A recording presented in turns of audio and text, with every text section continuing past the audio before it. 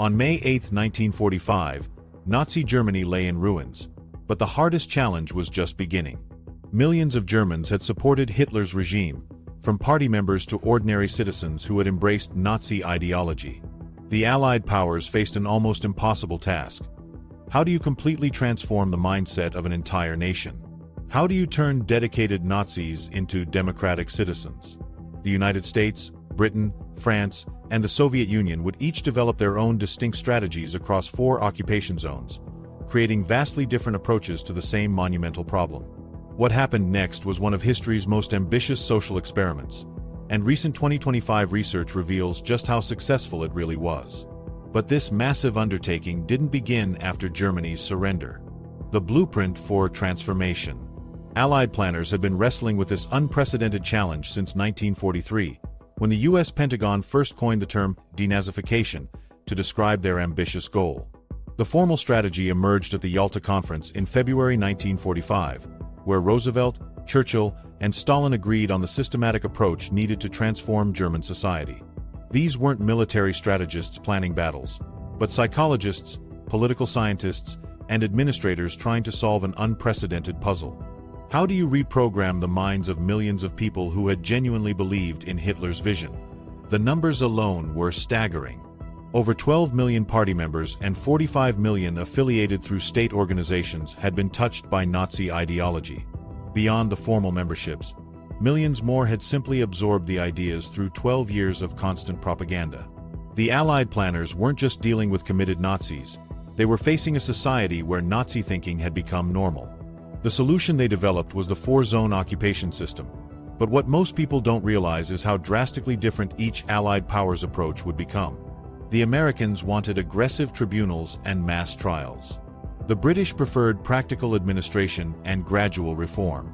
The French focused on economic exploitation and quick reconstruction. The Soviets planned complete social revolution combined with political purges. Each zone would essentially become a laboratory for competing theories about human nature and social change. But underneath all these different approaches lurked a fundamental question that nobody could answer with certainty. Can you actually change what people believe through laws and punishment? The planners had studied previous occupations, but nothing came close to what they were attempting. After the Napoleonic Wars, occupying powers had simply restored old monarchies. After World War I, Germany had kept its basic social structure intact. This time, the Allies wanted to reach into German minds and rewire how people thought about authority, race, nationalism, and democracy itself. The 2025 declassified documents reveal just how coordinated this planning really was. Monthly conferences between Allied representatives began in 1943, with detailed discussions about psychological warfare, education reform, and media control. The planners created extensive profiles of German society, mapping out which groups were most susceptible to Nazi ideology and which might be natural allies for democratic reform. They analyzed German psychology, studied the effectiveness of different propaganda techniques, and even conducted experiments on German prisoners of war to test various re-education methods. Yet even as they planned this massive transformation, the Allied powers were already struggling with competing priorities. Justice demanded that Nazi war criminals be punished severely and that ordinary Germans face consequences for their support of the regime. But stability required getting German society functioning again as quickly as possible. Punishment meant removing experienced administrators, teachers, and technical specialists from their jobs. Reconstruction meant putting some of these same people back to work. The planners knew they couldn't have both perfect justice and rapid recovery. Then the Cold War began emerging even before Germany surrendered, and everything changed. Stalin's increasingly aggressive behavior made Western leaders realize they needed a strong, stable Germany as a buffer against Soviet expansion. Suddenly, the goal shifted from transforming German society to simply ensuring German loyalty to the West. The elaborate plans for long-term ideological change started giving way to more immediate political calculations about preventing communist influence.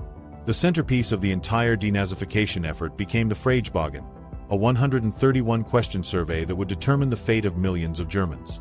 This wasn't just a simple questionnaire, it was a comprehensive investigation into every aspect of a person's life during the Nazi period.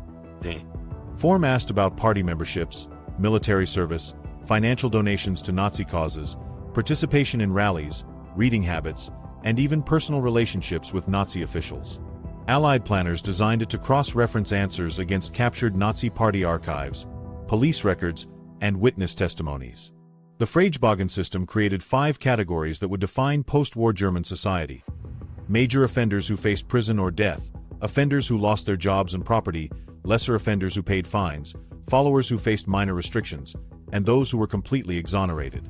Every adult German would be processed through this system, creating what amounted to a massive social sorting operation. The planners believed this bureaucratic approach would be more fair and systematic than the arbitrary justice that had followed previous wars.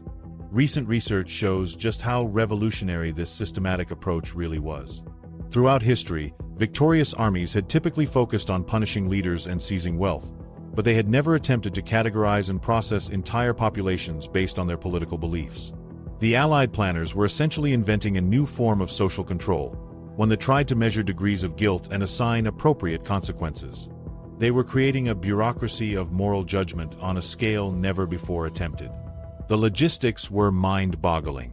Processing 13 million questionnaires required thousands of investigators, translators, and clerks. The Allies had to create entirely new administrative systems, train personnel in complex legal procedures, and coordinate between different occupation zones with different languages and legal traditions. They built special camps to hold suspected war criminals, established tribunals to hear appeals, and created monitoring systems to track the progress of denazification across all of Germany. But perhaps the most remarkable aspect of the whole operation was revealed in recently declassified documents. The Allies had compiled arrest lists of nearly 250,000 specific individuals before Germany even surrendered. Using intelligence gathered during the war, they had identified not just obvious targets like SS officers and party leaders, but also local administrators, teachers, journalists, and business leaders who had supported the Nazi regime. The moment German forces laid down their weapons, Allied teams were ready to begin mass arrests based on these pre-prepared lists. However, before this massive bureaucratic machinery could begin processing millions of ordinary Germans, the Allies needed to establish the legal framework that would define what constituted a crime worth prosecuting. The answer would come from an unprecedented experiment in international justice: the Nuremberg Precedent. On November 20, 1945, just 6 months after Germany's surrender, something unprecedented in human history began in a damaged courthouse in Nuremberg. For the first time ever, the leaders of a defeated nation would face trial not in a military tribunal or domestic court, but in an international criminal court where 4 victorious powers would jointly prosecute crimes that had never before been legally defined. The defendants sat in 2 rows, 21 men who had once commanded millions and shaped the fate of Europe, now facing charges for waging aggressive war, committing war crimes, and perpetrating crimes against humanity. The legal framework itself was revolutionary. International law had traditionally focused on relations between states, not on holding individuals accountable for state-sponsored atrocities. The Allied powers had to invent entirely new legal concepts to prosecute systematic genocide, mass deportations, and the deliberate targeting of civilian populations. They created the legal precedent that following orders was not a valid defense for committing atrocities, and that heads of state could be held personally responsible for their government's actions. These principles would later become the foundation for international criminal law, influencing everything from the Yugoslav tribunals to the International Criminal Court. The scope of the Nuremberg proceedings extended far beyond the famous main trial. Between 1945 and 1949, American military tribunals alone conducted 12 additional trials involving 185 defendants, while British and French courts handled dozens more cases. In total, 199 defendants faced prosecution across all Nuremberg proceedings, ranging from high-ranking officials like Hermann Göring and Rudolf Hess to concentration camp doctors, judges, and industrial leaders who had used slave labor. Each trial required prosecutors to prove not just that atrocities had occurred, but that individual defendants had personally participated in or ordered specific criminal acts. The challenge of prosecuting these crimes was complicated by the fact that the entire German legal system had been compromised. German courts had legitimized persecution of Jews, authorized forced sterilizations, and approved the murder of disabled individuals.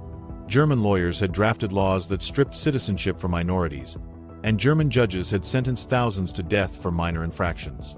The Allied prosecutors couldn't simply rely on German legal precedents because those precedents had been corrupted by Nazi ideology.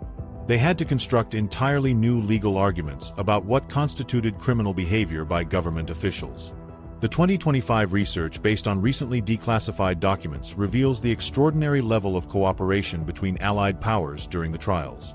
Despite growing tensions that would soon lead to the Cold War, American, British, French, and Soviet legal teams worked together to share evidence, coordinate prosecution strategies, and establish consistent legal standards. Soviet prosecutors provided crucial testimony about atrocities on the Eastern Front, while American investigators contributed detailed financial records showing how German businesses had profited from forced labor. British intelligence services supplied intercepts of German communications that proved high-level coordination of war crimes. The trials served a dual purpose that went beyond simple legal justice. Allied planners designed the proceedings to educate both the German public and the international community about the full extent of Nazi crimes. They required German newspapers to publish daily trial reports, and they distributed translated transcripts throughout the occupation zones. The goal was to confront Germans with undeniable evidence of what had been done in their name, making it impossible for them to claim ignorance about the Holocaust or other atrocities. The use of film evidence at Nuremberg was particularly innovative and devastating. Allied prosecutors used captured Nazi films and American liberation footage, creating a unique precedent in international law. The Nazis had been obsessive record keepers, documenting their activities with bureaucratic precision. SS photographers had filmed executions, concentration camp operations, and medical experiments. Wehrmacht units had taken photographs of massacres on the Eastern Front. The prosecution used this evidence to let the Nazis convict themselves with their own documentation. When films of concentration camp liberation were shown in the courtroom, several defendants removed their headphones to avoid hearing the audio, while others visibly broke down under the weight of the evidence. Behind the scenes, intense negotiations determined which defendants would face trial and which would be used as witnesses. The Allies had captured hundreds of potential defendants, but they could only prosecute a manageable number in high-profile trials. They chose defendants who represented different aspects of the Nazi regime: political leaders, military commanders, bureaucrats, and industrialists. Some captured officials were offered immunity in exchange for testimony against higher-ranking defendants. These negotiations revealed the practical compromises necessary to make the trials manageable while still achieving their educational and legal goals. The trials also established important precedents for handling evidence in international prosecutions. Prosecutors had to deal with massive amounts of documentation in multiple languages, witness testimony from traumatized survivors, and the challenge of proving systematic patterns of criminal behavior across multiple countries and time periods. They developed new techniques for organizing evidence, authenticating documents, and presenting complex historical narratives in a courtroom setting. These methods became standard practice for later international criminal tribunals. The impact on German public opinion was more complex than the Allied planners had anticipated. Contemporary polls showed that only 6% of Germans saw the trials as unfair, yet many others dismissed them as victor's justice imposed by the winning side. Some Germans argued that Allied bombing of German cities and Soviet treatment of German prisoners also constituted war crimes, making the trials seem one-sided. The trials succeeded in documenting Nazi crimes for history, but they were less successful at immediately changing German attitudes about responsibility for the war. However, the very success of the Nuremberg trials created unrealistic expectations for the broader denazification process. The trials had shown that it was possible to hold Nazi leaders accountable through legal proceedings, but they had dealt with only a few hundred defendants out of millions of Germans who had supported the regime. The dramatic success of prosecuting major war criminals made it seem like the entire denazification process should be equally thorough and decisive, setting a standard that would prove impossible to maintain. The Allies now needed a systematic way to process millions of ordinary Germans, and they would find their answer in a deceptively simple bureaucratic tool: the questionnaire revolution. The Fragebogen looked like an ordinary government form, but this 131-question document drafted by the American military government would determine whether millions of Germans could work, vote, or even remain in their homes. Starting in 1946, every adult German over 18 had to complete this comprehensive questionnaire, creating what became history's largest background investigation. The form asked everything from basic biographical information to detailed questions about Nazi party membership, financial contributions to Nazi causes, participation in rallies, and personal relationships with SS officers. Question 27 demanded a complete list of all organizations joined since 1933. Question 45 required explanations for any promotions received during the war. Question 78 asked about attitudes toward Jewish persecution. The questionnaire wasn't just collecting information, it was forcing Germans to confront their own complicity in the Nazi system. This bureaucratic tool became the backbone of denazification across all 4 occupation zones. Allied administrators had designed the Fragebogen to work like a massive sorting machine, categorizing every German adult into 5 distinct groups based on their level of Nazi involvement. Major offenders faced imprisonment or death, while offenders lost their jobs and property. Lesser offenders paid fines and faced employment restrictions, followers received warnings and temporary limitations, and the exonerated faced no penalties whatsoever. By 1948, over 90% of processed Germans were classified as mere followers or completely exonerated. The scale of this operation was staggering. Between 1946 and 1949, Allied authorities processed 13 million questionnaires across all occupation zones. In the American zone alone, tribunals handled 3.4 million cases. The British processed 2.5 million forms, while the French and Soviet zones each dealt with millions more. This wasn't just paperwork. Each questionnaire required extensive investigation. Allied teams had to cross-reference answers against captured Nazi party membership rolls, SS personnel files, Gestapo records, and witness testimonies. They examined bank records to verify claims about financial contributions, checked employment histories against company records, and interviewed neighbors about applicants' wartime behavior. The logistical challenges were immense. The Americans established 545 denazification tribunals staffed by German appointees under Allied supervision. Each tribunal needed investigators, translators, clerks, and appeals processors. The British created regional screening boards that met daily to review cases. The French established local committees that combined French officials with German advisors. The Soviets used Communist Party cells to investigate and make recommendations. All 4 zones had to coordinate their efforts to prevent convicted Nazis from simply moving to areas with more lenient policies. But the questionnaire system quickly revealed an unexpected problem that would undermine the entire denazification effort. Many of the most committed Nazis were also the most competent administrators, teachers, engineers, and technical specialists that Germany desperately needed for reconstruction. Local German officials found themselves in impossible situations. They could either follow denazification rules and remove experienced personnel, or they could ignore the rules and keep society functioning. A typical example was the Bavarian education system, where 80% of teachers had been Nazi party members. Removing all of them would have closed most schools, but keeping them meant putting former Nazis in charge of educating German children about democracy. This dilemma created a massive cottage industry of false testimonials and document forgery. Germans began calling these fake character references Persilschein, after the popular laundry detergent, because they supposedly washed away Nazi stains. Friends, neighbors, and former colleagues would write testimonials claiming that someone had secretly opposed the Nazi regime, had joined the party only under duress, or had protected Jewish acquaintances. Underground networks emerged to coach people on how to answer questionnaire questions, what documentation to present, and which tribunals were most lenient. Some estimates suggest that up to 40% of testimonials submitted to denazification tribunals contain false or misleading information. The psychological impact of the mass questionnaire process on German society was profound according to 2025 research. Millions of Germans were forced to examine their own actions during the Nazi period in minute detail, creating what psychologists now recognize as a form of collective self-examination. The process made private behavior public, as neighbors testified about each other's wartime activities. Many Germans experienced what researchers describe as moral whiplash, being told that beliefs and actions they had considered patriotic and normal were now criminal and shameful.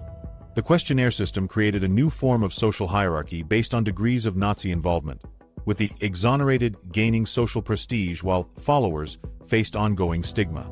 The different occupation zones applied vastly different standards to identical questionnaire responses, creating massive inequalities in how Germans were treated. American tribunals initially took a harsh approach, classifying party members as offenders even if they had played minor roles.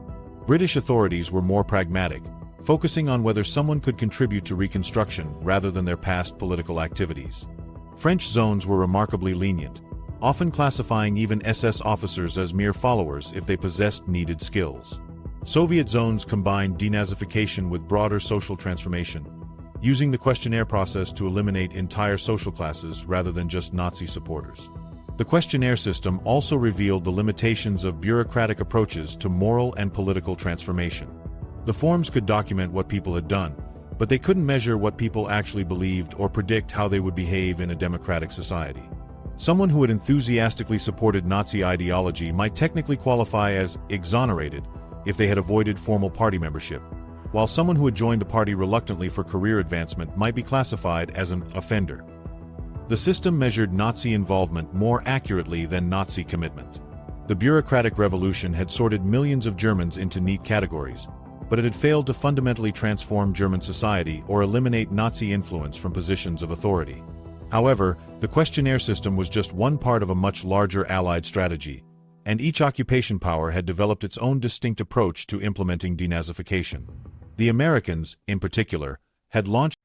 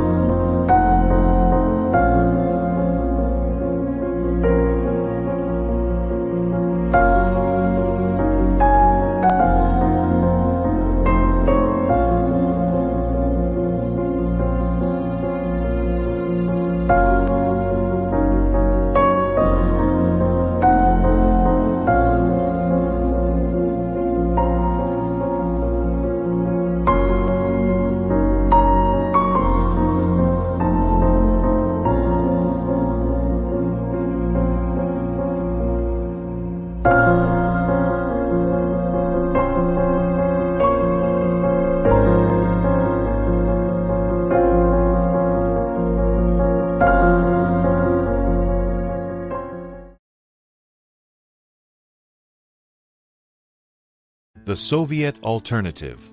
Stalin's forces implemented a completely different philosophy that combined mass internment with systematic social revolution. Soviet authorities interned 122,600 people in their occupation zone, including 34,700 Soviet citizens who had collaborated with the Germans during the war. These weren't temporary detention facilities like those used by Western powers, but permanent camps designed to isolate dangerous elements while the broader transformation of German society proceeded. The scale of Soviet internment exceeded all other Allied programs, but it was just one component of a comprehensive strategy to eliminate fascism by destroying the social and economic systems that had supported it. The Soviet method understood that removing individual Nazis from positions of power was insufficient if the underlying social structure remained intact. Soviet authorities eliminated entire social classes that had supported the Nazi regime, regardless of their specific Nazi involvement. Large landowners, industrial capitalists, military officers, and traditional elites were removed from power through systematic property confiscation and social restructuring. The logic was straightforward. Fascism had emerged from particular social and economic conditions, and preventing its return required eliminating those conditions entirely. Soviet zones witnessed the most comprehensive social revolution in German history, with land redistribution, factory nationalization, and complete restructuring of educational and cultural institutions. Local anti-Nazi committees played the crucial role in identifying Nazi supporters and implementing Soviet policies at the community level. These committees, composed of German communists, social democrats, and other anti-fascist activists, conducted detailed investigations of their neighbors' wartime behavior. They possessed intimate knowledge of local conditions and could identify not just formal Nazi party members but also informal supporters, collaborators, and sympathizers.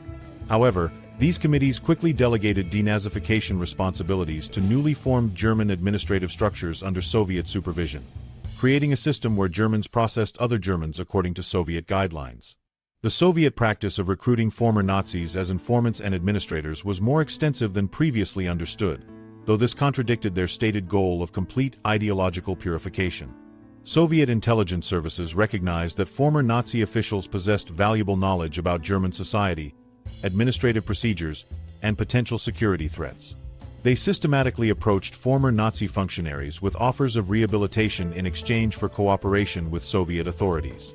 A former Gestapo officer might be recruited to identify other Nazi officials, while a former party administrator might be employed to help implement Soviet policies. This recruitment strategy provided Soviet authorities with detailed intelligence about German society while creating a network of compromised individuals who depended on Soviet protection. The main Soviet goal remained the systematic purging of former Nazi supporters from positions of influence, regardless of their potential usefulness. Unlike Western zones where practical considerations often overrode ideological concerns, Soviet authorities maintained that complete denazification required removing anyone who had supported fascism. The comprehensive social restructuring eliminated the material basis of Nazi support more effectively than any other Allied program. Soviet zones experienced the highest rates of property confiscation and social restructuring among all occupation areas, with land reform programs redistributing over 3 million hectares from large estates to small farmers and agricultural cooperatives. Soviet denazification served the broader goal of creating a communist buffer state that would protect Soviet security interests. Unlike Western powers that wanted to create democratic allies, Soviet authorities aimed to establish a satellite state that would be permanently aligned with Soviet interests. This required not just eliminating Nazi influence, but also preventing the emergence of independent German political movements that might challenge Soviet control. Soviet denazification policies were designed to ensure that the only viable political alternative to fascism was socialism under Soviet guidance. The 2025 declassified Soviet documents reveal the true extent of surveillance and control mechanisms established during the denazification process. Soviet authorities maintained detailed records of former Nazi officials who had been recruited for various purposes, including intelligence gathering, administrative functions, and political surveillance. These documents show that Soviet zones employed thousands of former Nazis in subordinate positions, but always under strict control and ongoing political education. The key difference from Western practices was that Soviet authorities never allowed former Nazis to regain independent political influence or economic power. The effectiveness of combining ideological transformation with economic revolution created lasting changes in German society that persisted long after the occupation ended. Soviet zones developed different social values, economic expectations, and political attitudes than areas occupied by Western powers. The comprehensive social restructuring eliminated traditional conservative and nationalist political movements that had supported fascism. While Western zones experienced periodic revivals of far-right political activity, Soviet zones remained largely immune to such developments even after German reunification in 1990. The educational and cultural transformation in Soviet zones was more thorough than in any other occupation area. Soviet authorities completely replaced school curricula, textbooks, and teaching methods with programs designed to promote socialist values and international solidarity. They established new cultural institutions, media organizations, and intellectual forums that reinforced anti-fascist ideology. Unlike Western zones where denazification was primarily a negative process of removing Nazi influence, Soviet zones created positive alternatives that gave Germans new ideological frameworks for understanding their history and future. The paradox of Soviet denazification was that their authoritarian methods may have been most successful at preventing Nazi resurgence while simultaneously creating new forms of political oppression. By 1950, Soviet zones had eliminated the social and economic foundations that had supported fascism more thoroughly than any Western program. But they had also created a surveillance state that monitored and controlled every aspect of German life. Yet even as the four Allied powers pursued their different approaches to transforming German society, they would all face an unexpected challenge that would undermine their entire denazification effort: the Great Escape. High-ranking Nazi officials had already begun implementing carefully planned escape operations that would make denazification efforts largely irrelevant. The collapse of the Third Reich created perfect conditions for organized disappearances, with millions of refugees clogging roads, communication systems destroyed, and overwhelmed Allied forces focused on immediate military objectives rather than comprehensive prisoner tracking. SS officers discarded their uniforms, party officials destroyed their identification papers, and war criminals melted into the massive population movements that characterized the immediate post-war period. The most sophisticated escape routes became known as Ratlands, underground networks that smuggled Nazi fugitives through carefully established corridors to safe destinations. The primary Ratlands operated through Scandinavia, Spain, and Vatican City, each serving different types of high-level officials and offering different advantages. The Scandinavian route primarily served German naval officers and intelligence personnel who had established contacts with Swedish and Norwegian networks during the war. These routes typically led to neutral countries or eventually to South America, where German communities provided cover and support for new arrivals. The Spanish route handled larger numbers of fugitives, taking advantage of Franco's sympathetic government and established German business networks in Spanish cities. The Vatican Ratland represented the most controversial escape network, operated by Catholic clergy who believed they were providing humanitarian assistance to refugees. Austrian Bishop Alois Hudel and Croatian priest Krunoslav Draganovic organized systematic smuggling operations that helped thousands of former Nazis reach South America. They provided false identity documents, safe houses, and travel arrangements for fugitives ranging from concentration camp guards to high-ranking SS officers. The Catholic Church's international network of monasteries, parishes, and charitable organizations provided ideal cover for these operations, as Allied authorities were reluctant to investigate religious institutions too aggressively. But the most significant escapes weren't illegal smuggling operations at all. They were official Allied programs that recruited Nazi specialists for their own purposes. Operation Paperclip brought 765 German scientists, engineers, and technicians to the United States, with up to 80% being former party members. The program's architects argued that German technological knowledge was too valuable to waste and too dangerous to leave for Soviet capture. They created elaborate cover stories for participants, expunged Nazi party memberships from official records, and provided new identities that obscured wartime activities. Wernher von Braun, who had used slave labor to build V-2 rockets, became the father of the American space program. Kurt Blome, who had conducted biological weapons experiments on concentration camp prisoners, was hired by the U.S. Army Chemical Corps. The Soviet equivalent, Operation Osoaviakim, was even more extensive, relocating 2,500 German specialists to the USSR along with their families and equipment. Unlike the American program, which focused primarily on individual experts, the Soviet operation transferred entire research teams, manufacturing facilities, and technical libraries. Soviet authorities were less concerned with the political backgrounds of German specialists than with their technical capabilities. They established special research institutes staffed by German experts who worked under Soviet supervision to develop advanced weapons systems, industrial processes, and scientific techniques. The Cold War transformation of former enemies into valuable assets created moral and practical dilemmas that undermined the entire denazification effort. Intelligence agencies on both sides recognized that former Nazi officials possessed invaluable knowledge about Soviet capabilities, European political movements, and clandestine operations. The U.S. Joint Chiefs allowed exceptions for intelligence purposes per Directive JCS 1067, creating a parallel system where some Nazis faced prosecution while others received government protection. The CIA recruited former SS officers who had intelligence experience in Eastern Europe. The Soviet NKVD employed former Gestapo agents who understood Western intelligence methods. The extensive network of Allied intelligence services that protected war criminals operated at multiple levels and across national boundaries. American intelligence agencies created false identities for valuable Nazi assets, relocated them to safe locations, and provided ongoing protection from war crimes investigators. British intelligence services employed former Nazi officials as informants and agents in occupied Germany. French intelligence agencies recruited former collaborators who had worked with German occupation forces. Soviet intelligence services integrated former Nazi specialists into their own operations while maintaining detailed surveillance to ensure loyalty. The moral compromises made in the name of technological and intelligence advantages were justified through Cold War logic that prioritized national security over historical justice. American officials argued that Soviet acquisition of German rocket technology would threaten American security more than employing former Nazis threatened American values. British authorities claimed that former Nazi intelligence assets provided essential information about Soviet capabilities that couldn't be obtained through other means. Soviet authorities justified their use of former Nazi specialists as practical measures to accelerate socialist construction and defend against Western aggression. The 2025 research reveals that Nazi specialist integration into Allied programs was far more extensive than previously understood. Declassified documents show that both American and Soviet programs eventually employed thousands of former Nazi officials in various capacities, from scientific research to intelligence operations to administrative functions.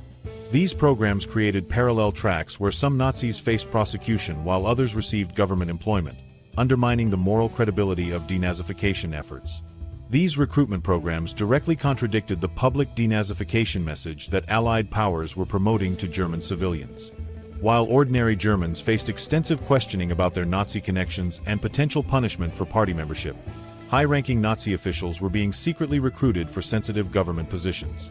The contradiction became apparent to German observers who noticed that some former Nazi officials seemed to enjoy special protection while others faced prosecution for similar activities. The shocking revelation that emerged from 2025 research is that both American and Soviet intelligence agencies explicitly chose Nazi expertise over justice in their recruitment decisions.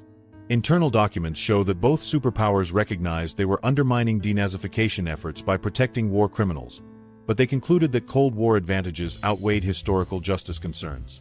This calculated decision to prioritize short-term strategic gains over long-term moral principles represents one of the most cynical aspects of the entire denazification process. By 1949, the contradictions between official denazification policies and practical Cold War necessities had become so obvious that they demanded a completely new approach to Germany's Nazi past. The Adenauer Amnesty. Konrad Adenauer's election as West Germany's first chancellor in September 1949 marked a revolutionary turning point in how Germany would handle its Nazi past. While Allied powers had spent 4 years trying to eliminate Nazi influence through tribunals and questionnaires, Adenauer proposed a radically different approach that would shock international observers and transform German society. His philosophy was simple but controversial: integration rather than punishment, future rather than past. Instead of continuing to prosecute former Nazis, Adenauer argued that West Germany needed to bring these people back into society and harness their skills for reconstruction. This wasn't moral relativism or Nazi sympathy. It was cold political calculation about what would actually work in practice. Adenauer's approach reflected his understanding that denazification had created more problems than it solved. Millions of experienced Germans remained barred from employment, creating massive inefficiencies in government, education, and industry. The economy was struggling partly because competent administrators and technical specialists couldn't work in their areas of expertise. Meanwhile, the Soviet threat was growing more serious every month. and West Germany needed to build effective institutions quickly. Adenauer concluded that the country couldn't afford to keep punishing people for their wartime activities when it desperately needed their peacetime contributions. His critics called this cynical pragmatism, but Adenauer called it realistic governance. The 1951 amnesty law represented the most dramatic reversal of denazification policies in any Allied zone. This legislation restored 150,000 former Nazi civil servants to their previous positions or comparable roles in the new West German government. The law covered everyone from local administrators to federal ministry officials, effectively wiping away years of denazification proceedings with a single legislative act. Former Nazi party members who had been classified as offenders or lesser offenders suddenly found themselves eligible for government employment again. The amnesty applied to anyone whose sentence had been less than 3 years imprisonment, which covered the vast majority of Germans who had been processed through denazification tribunals.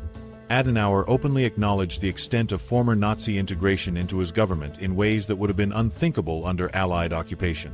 In his 1952 parliamentary statement, he admitted that 2/3 of German diplomats were former Nazis, but he argued this was necessary because these individuals possessed the language skills, international experience, and bureaucratic knowledge needed to rebuild Germany's foreign relations. The alternative would have been to start from scratch with inexperienced personnel who might take decades to develop the same competencies.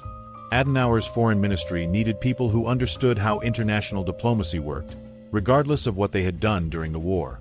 The political calculation behind Adenauer's policies was driven by the emerging Cold War reality that West Germany needed to become a reliable ally against Soviet expansion.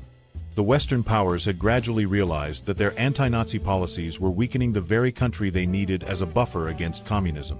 Adenauer recognized this strategic situation and used it to justify his integration approach. He argued that former Nazis who were committed to the new democratic system were preferable to inexperienced administrators who might prove incompetent in the face of Soviet pressure. The survival of West German democracy depended on having effective institutions, not ideologically pure ones. Subsequent amnesties expanded these policies even further, with 792,176 people ultimately receiving pardons from various restrictions under denazification programs. These broader amnesties covered people who had been barred from certain professions, faced travel restrictions, or had property confiscated during the occupation period. The laws restored civil rights, returned confiscated property, and removed professional restrictions for the vast majority of Germans who had been affected by denazification. The amnesties were presented as the final step in Germany's transition from occupation to full sovereignty, marking the end of the era when Germans faced punishment for their wartime activities. Adenauer's approach included simultaneous policies that revealed the complexity of his strategy. While he was rehabilitating former Nazis, he was also making substantial reparations payments to Israel totaling 3 billion German marks and banning neo-Nazi political parties. These policies reflected Adenauer's understanding that West Germany needed to demonstrate both practical competence and moral reliability to its new allies. The reparations payments showed that Germany accepted responsibility for Nazi crimes, while the party bans demonstrated commitment to preventing Nazi resurgence. But the amnesty policies ensured that these moral gestures wouldn't interfere with practical governance needs. The 2025 research on public opinion reveals that Adenauer's policies enjoyed broad support among West German voters, who were exhausted by years of denazification proceedings and eager to move forward. Opinion polls from the early 1950s showed that most Germans supported the amnesty laws and believed that former Nazis should be allowed to participate in rebuilding the country. This support wasn't necessarily based on sympathy for Nazi ideology, but on practical recognition that continued punishment was hindering reconstruction efforts. German voters wanted their country to become prosperous and stable, and they were willing to accept former Nazi integration if it achieved those goals. The integration approach created a generation of former Nazis who became committed supporters of West German democracy, not because they had undergone ideological transformation, but because they had practical stakes in the new system's success. Former Nazi officials who regained government positions, business leaders who rebuilt their companies, and professionals who resumed their careers all had strong incentives to support the system that had rehabilitated them. This created a form of democratic loyalty based on self-interest rather than conviction, but it proved remarkably durable and effective in practice. Adenauer's pragmatism may have been more honest about human nature and political reality than Allied idealism had been.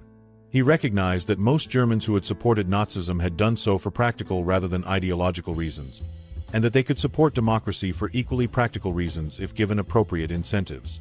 The revelation that emerges from 2025 research is that Adenauer's approach succeeded not because it was morally superior to Allied denazification, but because it was more realistic about what could actually be achieved in post-conflict societies where practical stability often matters more than perfect justice.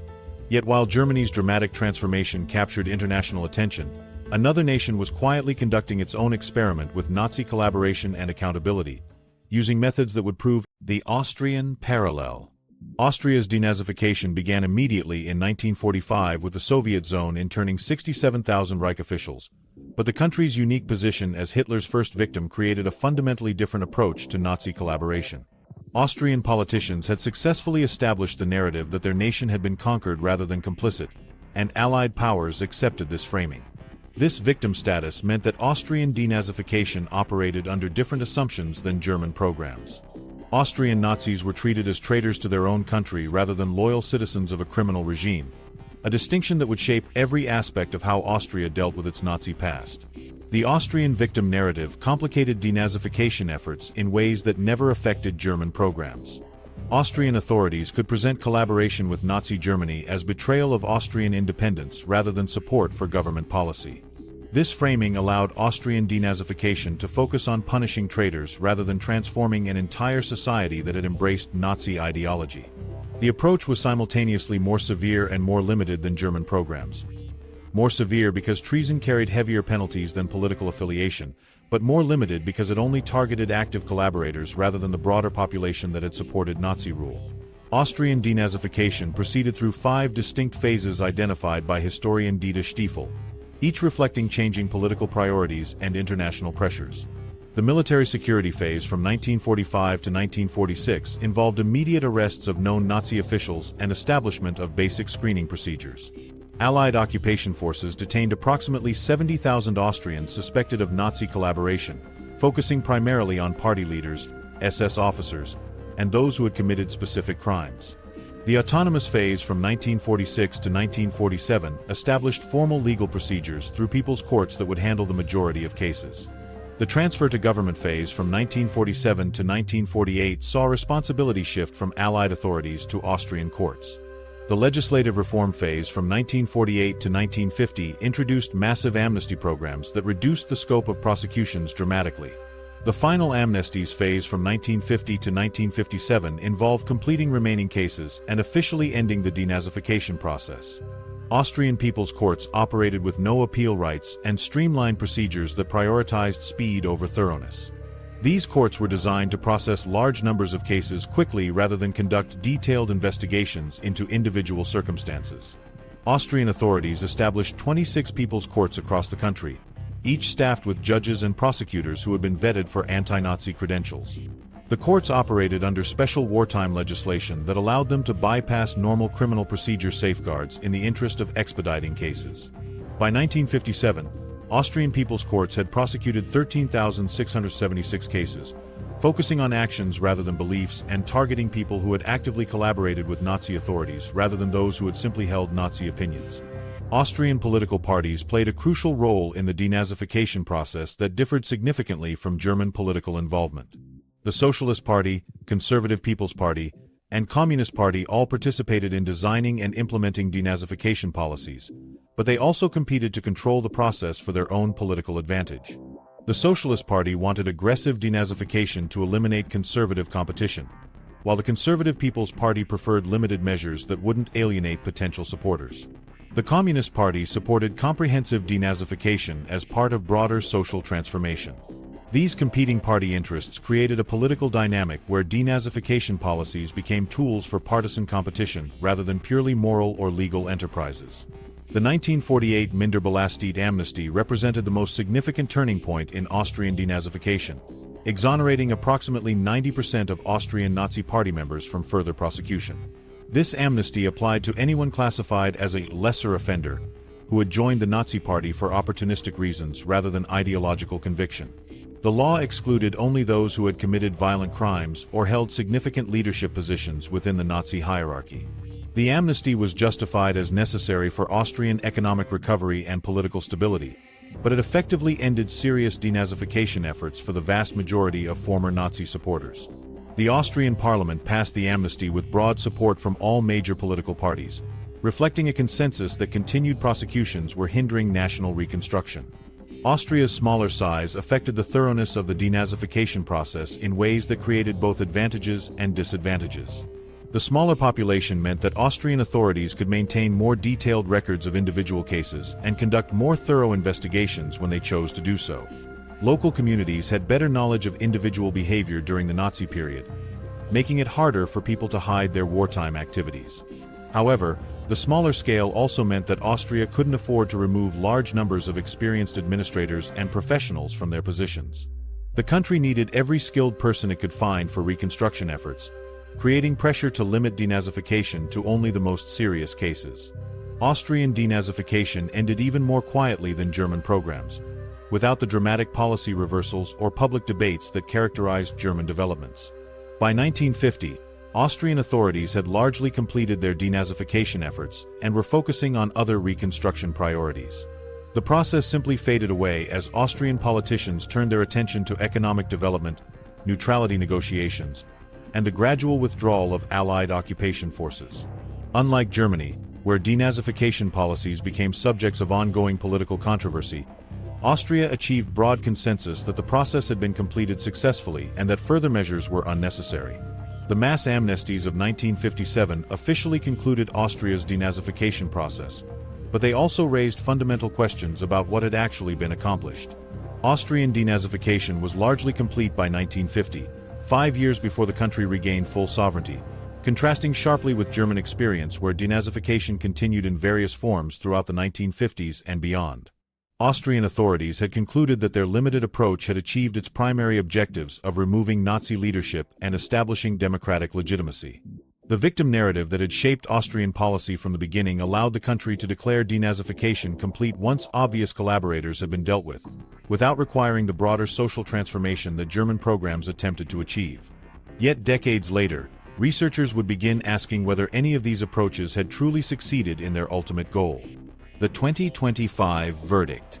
The 2025 research findings reveal that denazification achieved something remarkable yet incomplete. It successfully created stable democratic institutions while failing to completely eliminate Nazi ideology from German society. New longitudinal studies tracking political attitudes across 3 generations show that denazification programs were far more effective at changing public behavior than private beliefs. Germans learned to express democratic values in public settings while maintaining authoritarian attitudes in private conversations, creating a duality that persisted for decades after the occupation ended. The research demonstrates that denazification succeeded in its primary political objective of preventing Nazi resurgence, but it failed in its broader social objective of transforming German political culture at a fundamental level. The most striking evidence comes from contemporary polling data that reveals the complexity of German attitudes during the denazification period. Surveys showed that 77% of Germans said Nazi crimes were unjustified after the war, suggesting widespread rejection of Nazi methods. However, ambiguous polling questions led to misinterpretation of what these responses actually meant. Many Germans could simultaneously condemn Nazi crimes while maintaining positive views of Nazi economic policies, military achievements, or social programs. The polling data shows that Germans developed sophisticated ways of separating Nazi methods from Nazi goals, allowing them to reject the former while quietly supporting aspects of the latter. More revealing is the longitudinal data showing how these attitudes changed over time. By 1953, only 14% of Germans said they would vote for someone like Hitler again, illustrating genuine change in political preferences even if underlying attitudes remained complex. This shift occurred not through ideological conversion but through practical experience with democratic governance and economic recovery. Germans who had initially supported Hitler for economic reasons found that democratic governments could also deliver prosperity and stability.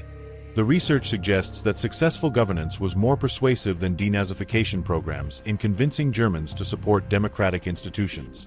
Updated statistics on democratic institution building reveal surprisingly positive outcomes that contradict earlier assessments of denazification failures. West Germany maintained stable democratic governance for over 7 decades, with peaceful transitions of power, robust civil liberties, and effective constitutional protections. The German political system proved remarkably resilient to extremist challenges, successfully marginalizing neo-Nazi movements and maintaining broad public support for democratic institutions. Electoral data shows that far-right parties never achieved significant political influence in post-war Germany, suggesting that denazification created lasting barriers to authoritarian mobilization. These institutional successes occurred despite the incomplete nature of ideological transformation, indicating that changing political structures may be more important than changing individual minds. Modern historians increasingly assess the speed versus thoroughness trade-off as a necessary compromise that produced better long-term results than either extreme approach would have achieved. The 2025 scholarly consensus suggests that more thorough denazification would have created economic chaos and political instability that could have undermined democratic development entirely. Conversely, less thorough approaches might have allowed Nazi networks to reconstitute themselves and challenge the new democratic order. The actual denazification program struck a balance that removed the most dangerous Nazi leaders while preserving enough administrative capacity to maintain social stability during the critical transition period. Current research on the psychological impact of denazification reveals that the process created lasting trauma within German society that influenced political behavior for generations. The questionnaire system, mass interrogations, and public tribunals created what psychologists now recognize as collective shame and defensive reactions that shaped how Germans related to political authority. Many Germans developed what researchers call democratic compliance, outward acceptance of democratic norms combined with deep skepticism about government legitimacy. This psychological legacy may have actually strengthened German democracy by creating a population that was naturally suspicious of political extremism and resistant to authoritarian appeals. Denazification lessons have informed modern post-conflict reconstruction efforts through the framework of transitional justice, which seeks to balance accountability with stability in societies emerging from authoritarian rule. The German experience influenced approaches to dealing with former regime supporters in countries like Iraq, Afghanistan, and various post-communist states. However, the comparison with debathification in Iraq reveals the limitations of applying denazification methods to different contexts. While denazification occurred under complete Allied occupation with unlimited resources and time, debathification was attempted during an active insurgency with limited international support and competing political priorities. The Iraqi experience showed that removing experienced administrators without adequate replacements can destabilize entire societies, validating the more pragmatic aspects of German denazification. The ongoing debate about whether denazification was successful centers on the fundamental question of what constitutes genuine political transformation. Critics argue that denazification was merely cosmetic, allowing former Nazis to adopt democratic rhetoric while maintaining authoritarian attitudes and social networks. They point to the rapid rehabilitation of former Nazi officials, the persistence of anti-Semitic attitudes in opinion polls, and the emergence of neo-Nazi movements in later decades as evidence that denazification failed to achieve meaningful change. Supporters counter that denazification succeeded in its primary objective of preventing Nazi resurgence and creating stable democratic institutions, regardless of whether it changed individual hearts and minds. Generational change may have been more important than official policies in transforming German political culture over the long term. Germans born after 1945 grew up in a democratic society with different educational experiences, media exposure, and social norms than their parents who had lived through the Nazi period. This younger generation developed genuinely democratic attitudes rather than the defensive compliance that characterized their elders. The generational replacement process took decades to complete, but it ultimately produced a German population that was committed to democratic values for positive rather than negative reasons. The surprising findings about which denazification methods were most effective challenge conventional wisdom about post-conflict reconstruction. The most successful approaches were those that combined practical incentives with institutional constraints rather than ideological re-education. Economic reconstruction programs that provided employment and prosperity were more effective at preventing Nazi resurgence than denazification tribunals that focused on punishment. Educational reforms that created new curricula and teaching methods had lasting impact, while mass media campaigns that promoted democratic values had limited influence. The research suggests that changing material conditions and institutional structures is more effective than attempting to change political beliefs directly.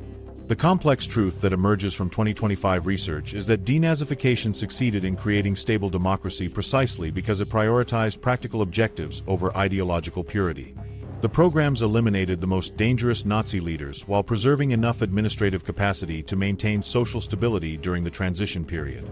They created institutional barriers to authoritarian mobilization while allowing former Nazis to participate in democratic society under appropriate constraints. Most importantly, They established conditions for generational change that would eventually produce genuinely democratic political culture through natural population replacement rather than forced ideological conversion. This pragmatic approach may offer the most important lesson for understanding how societies can successfully navigate the transition from authoritarianism to democracy. The German experience demonstrates that institutional stability and ideological transformation are fundamentally different achievements. While denazification succeeded in creating stable democratic institutions, research highlights that private authoritarian attitudes persisted, requiring generational change more than official programs. The most effective approaches removed dangerous Nazi leaders while preserving administrative capacity needed for reconstruction, creating conditions for gradual democratic development rather than immediate transformation. Neo-Nazi parties never surpassed fringe status in post-war Germany, but periodic far-right surges did occur, showing mixed results from denazification efforts. Countries attempting transitions from authoritarian rule must balance demands for justice against needs for stability, often accepting imperfect solutions that allow former regime supporters to participate under appropriate constraints. Denazification's pragmatic compromises built stable democracy but never erased private Nazi sympathies, a critical nuance from recent scholarship that reveals the complex relationship between institutional success